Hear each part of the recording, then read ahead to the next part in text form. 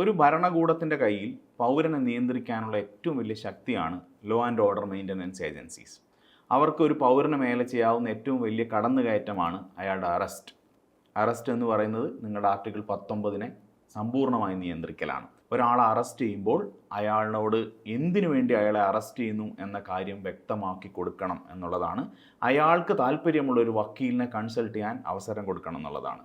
രണ്ടാമത് പറയുന്നത് 24 മണിക്കൂറിൽ കൂടുതൽ ഒരാളെ പോലീസ് കസ്റ്റഡിയിൽ വെക്കരുത്. അയാളെ നിയറസ്റ്റ് മജിസ്ട്രേറ്റിന് മുന്നിൽ ഹാജരാക്കിയിരിക്കണം. അയാളെ മറ്റെവിടെന്നെങ്കിലും പിടിച്ചു കൊണ്ടുവരികയാണെങ്കിൽ ആ ട്രാൻസിറ്റ് ടൈം ഉപയോഗിക്കാം എന്നാണ് ഭരണഘടന പറയുന്നത്. മൂന്നാമത് ഭരണഘടന ഒരു കാര്യം പറയുന്നുണ്ട്. ഈ പറയുന്ന അവകാശങ്ങൾ ഒരാൾക്ക് നഷ്ടപ്പെടാൻ ഇടയുണ്ട്.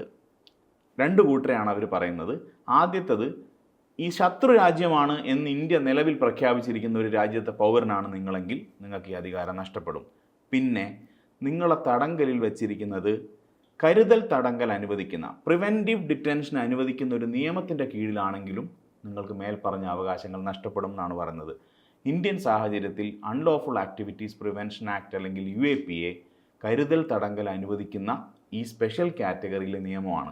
അതിൽ അറസ്റ്റ് ചെയ്യപ്പെടുന്ന ആൾക്ക് ആർട്ടിക്കിൾ 19 ലംഘിക്കപ്പെടുക എന്ന് പറയുന്നത് ഇന്ത്യയിൽ ഭരണഘടനാപരമായ ഒരു നിയന്ത്രണമാണ്. അതിനെ നമ്മൾ റീസണബിൾ റെസ്ട്രിക്ഷൻ എന്നാണ് വിളിക്കുന്നത്.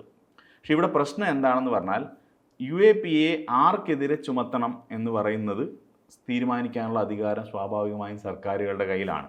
അതുകൊണ്ട് തന്നെ അവർക്ക് എന്ത് ചെയ്യാം, UAPA എന്ന് പറയുന്ന കാര്യത്തിനെ വെപ്പണൈസ് ചെയ്തുകൊണ്ട് അവർക്ക് വേണമെങ്കിൽ ഒരു പൊളിറ്റിക്കൽ എനിമിയെ ഈ അവകാശത്തിൻ്റെ സംരക്ഷണത്തിന് പുറത്തു കൊണ്ടുവരാനും അവരെ ടാർഗറ്റ് ചെയ്യാനും പറ്റുമെന്നുള്ളതാണ് അതിനകത്തെ പ്രശ്നം.